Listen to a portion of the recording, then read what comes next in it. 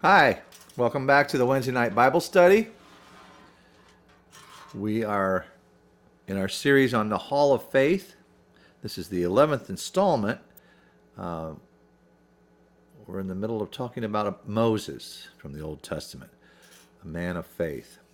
So, last couple of weeks, we've been looking at how Moses exhibited his faith. He made some choices based on his faith and devotion and trust in God. And much of Moses' faith rested on his belief in God's promises. As the writer of Hebrews writes in chapter 11, now faith is being sure of what we hope for and certain of what we do not see. This is what the ancients were commended for. So Moses made a choice to give up something valuable from the world's view. We see that in Hebrews chapter 11, verse 24. By faith, Moses, when he had grown up, refused to be known as the son of Pharaoh's daughter. So he chose to give up his high position of Egyptian royalty, which included many opportunities to indulge in, quote, the pleasures of sin, unquote. Because it continues, he chose to be mistreated along with people of God rather than to enjoy the pleasures of sin for a short time. He regarded disgrace for the sake of Christ as of greater value than the treasures of Egypt, because he was looking ahead to his reward. He chose to begin a life of mistreatment by identifying with his people, which is God's chosen people, the Hebrews. He chose to suffer. He had as his motivation a future redemption. He was looking ahead to his reward. So last week we left Moses fleeing Egypt. In verse 27 of Hebrews 11, by faith he left Egypt, not fearing the king's anger. He persevered because he saw him who is invisible. And that's kind of where we stopped last time. He puts his faith, his trust in God, and leaves everything he is familiar with. Leaves everything he's familiar with. So much reminds me of Abraham leaving his familiar life. Abraham did the same thing, remember? When God told him to go, and he went. So for both of these gentlemen, he was willing to follow the path God had for him. He made a choice to leave the familiar. Moses did, as well as Abraham. Even though that meant the Pharaoh was after him to kill him. As we read last time in Exodus chapter 2, when Pharaoh heard of this, that Moses had killed an Egyptian, he tried to kill Moses, but Moses fled from Pharaoh and went to live in Midian. So ironic that the same Pharaoh had once been his grandfather. He left by himself and lived in Midian for the next 40 years. He got married, he had kids, he became a shepherd. We'll get into those details in a minute. But what about Moses' desire to help God's people? I mean, he actually committed murder in order to help one of God's chosen. He had given up so much because he chose them over Egypt.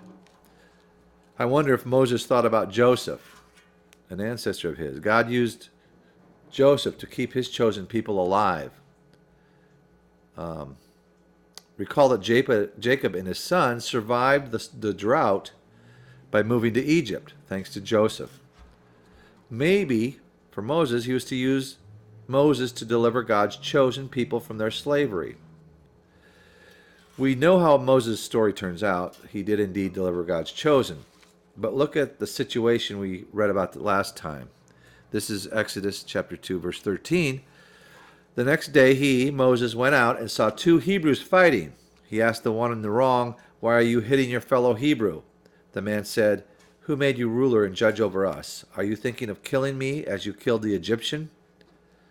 So if this Hebrew, speaking to Moses, is typical, you've got to ask yourself, are the people ready for Moses to lead? Probably not. It kind of reminds me of what Christians often thought about Paul. Paul used to be a zealous Jewish man who was against Christ followers, and then suddenly he became a believer. Well, there would still be perhaps some, not quite sure if is he really one of us. That could be true of Moses also. Having been an Egyptian royalty for so many years, is he really one of us? I don't know how much he thought about it, but the question is, was it the right timing for him to be a deliverer? Was he ready to lead?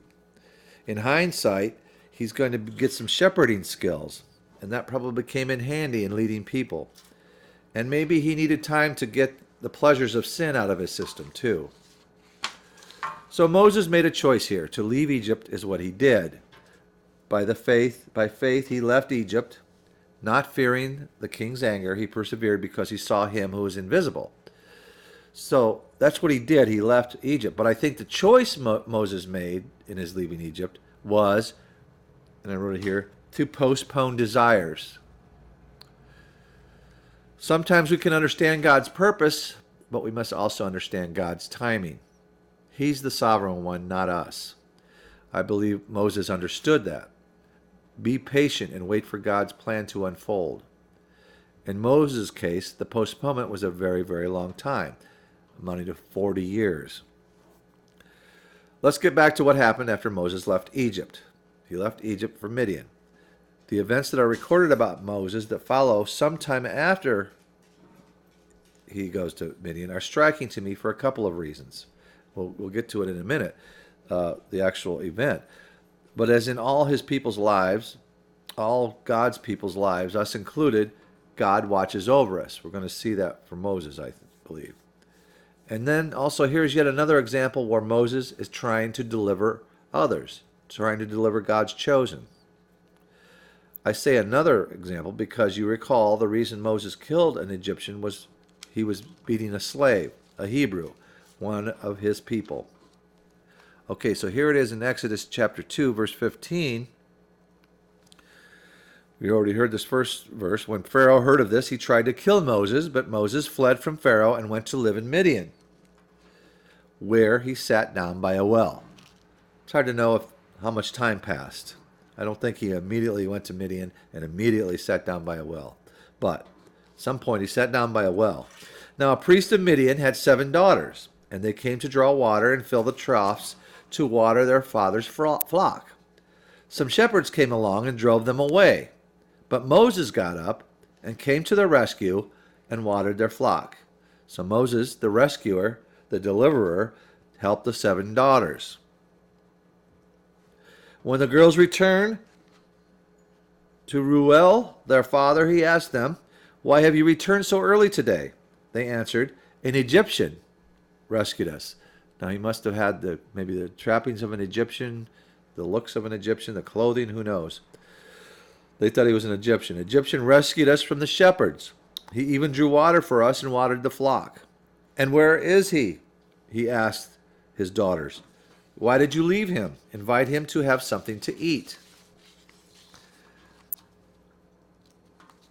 Moses agreed to stay with the man, who gave his daughter Zipporah to Moses in marriage.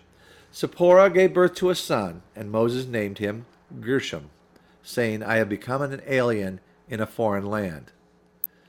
So, recapping, Moses came to the aid of the 7 daughters. You might say he delivered them. This is the same Moses who delivers all the Hebrews later on, but not right away. Life goes on for him. He's having a wife. He's making babies. We know there's more to Moses' story. I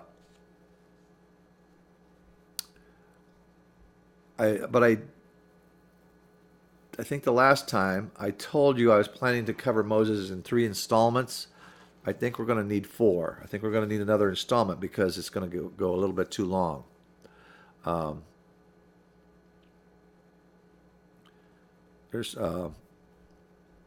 we'll continue Moses' demonstration of faith next week, and we'll finish his story. So in the meantime, take care, and may the Lord be with you.